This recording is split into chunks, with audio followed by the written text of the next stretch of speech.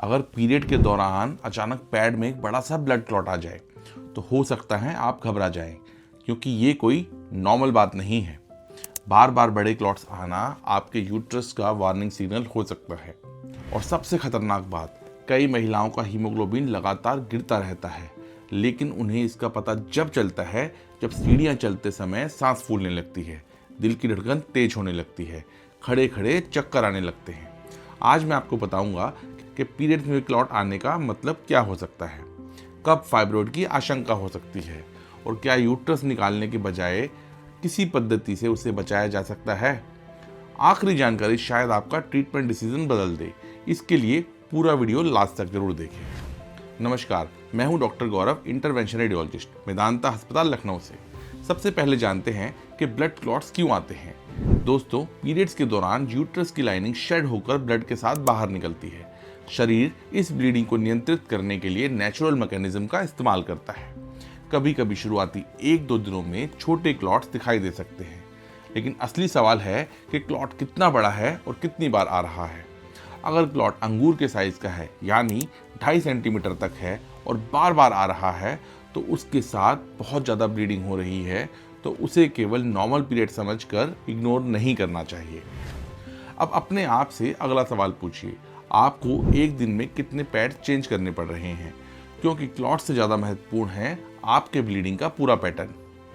चलिए अब बात करते हैं उन 4 संकेतों की जिन्हें नज़रअंदाज बिल्कुल भी नहीं करना चाहिए। पहला, पैड 1 से 2 घंटे के अंदर पूरी तरह सोख हो जाता है। दूसरा, रात में उठकर बार बार पैड बदलना पड़ता है या डबल पैड लगाना पड़ता है। तीसरा, पीरियड 7 दिनों से ज़्यादा चलता है। और चौथा, बार बार बड़े बड़े ब्लड क्लॉट्स निकलते हैं। अगर इसके साथ थकान, चक्कर, सिर दर्द, चेहरा पीला पड़ना, धड़कन तेज होना या सांस फूलना शुरू हो गया है, तो ये एनीमिया का संकेत हो सकता है। आपको दिखाई देने वाला क्लॉट समस्या का केवल एक हिस्सा है। असली खतरा वो ब्लड लॉस हो सकता है जो हर महीने आपका हीमोग्लोबिन कम कर रहा है। अब सबसे बड़ा सवाल ये है कि बड़े क्लॉट्स का मतलब फाइब्रॉइड है या नहीं। आंसर है, हो सकता है, लेकिन जरूरी नहीं। फाइब्रॉइड यूट्रस की मसल से बनने वाली एक बिनाइन यानी नॉन कैंसरस गांठ होती है। कुछ फाइब्रॉइड यूट्रस की कैविटी को डिस्टॉर्ट कर देते हैं या ब्लीडिंग बढ़ा सकते हैं। ऐसे में पीरियड्स बहुत हैवी हो सकता है, ब्लीडिंग लंबे समय तक चल सकती है, बड़े बड़े क्लॉट्स आ सकते हैं, पेट के निचले हिस्से में पेन या प्रेशर बढ़ सकता है और बार बार यूरिन आ सकता है, और धीरे धीरे सीवियर एनीमिया भी हो सकता है, जिससे आपका ब्लड लेवल कम, बहुत कम भी हो सकता है। लेकिन हर बार भारी पीरियड के पीछे फाइब्रॉइड नहीं होता। Adenomyosis, uterine polyps, hormonal disturbances, thyroid problem, bleeding disorder, कुछ मेडिकेशंस और प्रेगनेंसी रिलेटेड समस्याएं भी एब्नॉर्मल ब्लीडिंग का कारण हो सकती हैं। इसलिए केवल क्लॉट देखकर खुद से फाइब्रॉइड डायग्नोस करना गलत है, एंड डायग्नोसिस एक्सपर्ट की मदद और सही इवैल्यूएशन से ही होना चाहिए। अब जानते हैं कि वो कौन से सिम्टम्स हैं जब हमें अलर्ट हो जाना चाहिए और फाइब्रॉइड का शक कब ज़्यादा होता है।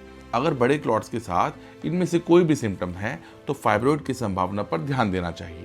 पहले 4-5 दिन चलने वाला पीरियड अब 8 से 10 दिन चल रहा है। दूसरा, ब्लीडिंग पहले से अचानक बहुत ज़्यादा हो गई है। तीसरा, पेट नीचे से भारी या बाहर निकला हुआ महसूस होता है। चौथा, ब्लैडर पर प्रेशर के कारण बार बार यूरिन आता है। पांचवा, कमर या पेल्विक एरिया में लगातार दर्द बना रहता है। छठा, बार बार हीमोग्लोबिन कम निकलता है।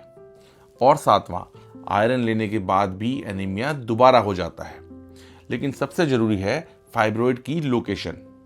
कभी कभी छोटा फाइब्रॉइड भी यूट्रस की कैविटी के पास होने के कारण बहुत ज़्यादा ब्लीडिंग कर सकता है, जबकि बाहर की तरफ मौजूद बड़ा फाइब्रॉइड कभी कभी कम ब्लीडिंग कर सकता है। इसलिए केवल फाइब्रॉइड का साइज देखकर ट्रीटमेंट तय नहीं किया जा सकता। अब जानते हैं कि कौन कौन सी जांच जरूरी है। अगर आपको बड़े क्लॉट्स या हैवी ब्लीडिंग हो रही है तो आप सबसे पहले ब्लीडिंग का रिकॉर्ड रखिए। पीरियड कितने दिन चला, एक दिन में कितने पैड लगे, क्लॉट कितने बड़े और कितनी बार आए, क्या रात में भी पैड बदलना पड़ा। इसके बाद डॉक्टर आपकी स्थिति के अनुसार सीबीसी, हीमोग्लोबिन, आयरन प्रोफाइल और पेल्विक अल्ट्रासाउंड कराने की सलाह दे सकते हैं। अल्ट्रासाउंड से पता चलता है कि फाइब्रॉइड है या नहीं। अगर है तो कितने फाइब्रॉइड हैं और उनका साइज कितना है, वे यूट्रस की किस जगह मौजूद हैं और क्या कैविटी प्रभावित हो रही है या नहीं। अगर ब्लीडिंग अचानक बहुत ज़्यादा शुरू हुई है तो उम्र और परिस्थिति के अनुसार प्रेगनेंसी रिलेटेड कॉजेज को भी एक्सक्लूड करना जरूरी हो सकता है। अब जानते हैं कि क्या हर फाइब्रॉइड में यूट्रस निकालना ही पड़ेगा। दोस्तों, ये वो सवाल है जिससे महिलाएं सबसे ज़्यादा डरती हैं कि डॉक्टर साहब क्या मेरा यूट्रस निकालना पड़ेगा। उत्तर है हर फाइब्रॉइड में नहीं।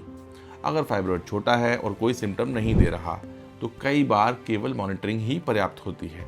कुछ महिलाओं में मेडिकेशन से ब्लीडिंग को नियंत्रित किया जा सकता है। कुछ सिचुएशंस में मायोमेक्टमी यानी केवल फाइब्रॉइड निकालने की सर्जरी की जरूरत पड़ सकती है। लेकिन अधिकांश महिलाओं में एक मॉडर्न मिनिमली इन्वेजिव और यूट्रस प्रिजर्विंग ऑप्शन भी उपलब्ध है जिसका नाम है यूट्राइन आर्टरी एम्बोलाइजेशन यानी UAE। अब जानते हैं कि UAE से यूट्रस को कैसे बचाया जा सकता है। दोस्तों, फाइब्रॉइड को बढ़ने के लिए ब्लड सप्लाई की जरूरत होती है।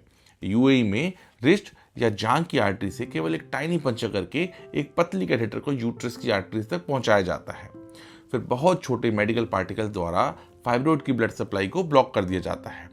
ब्लड सप्लाई कम होने के बाद फाइब्रॉइड धीरे धीरे श्रिंक होने लगता है और हैवी ब्लीडिंग, प्रेशर और पेन जैसे सिम्टम्स में सुधार हो जाता है।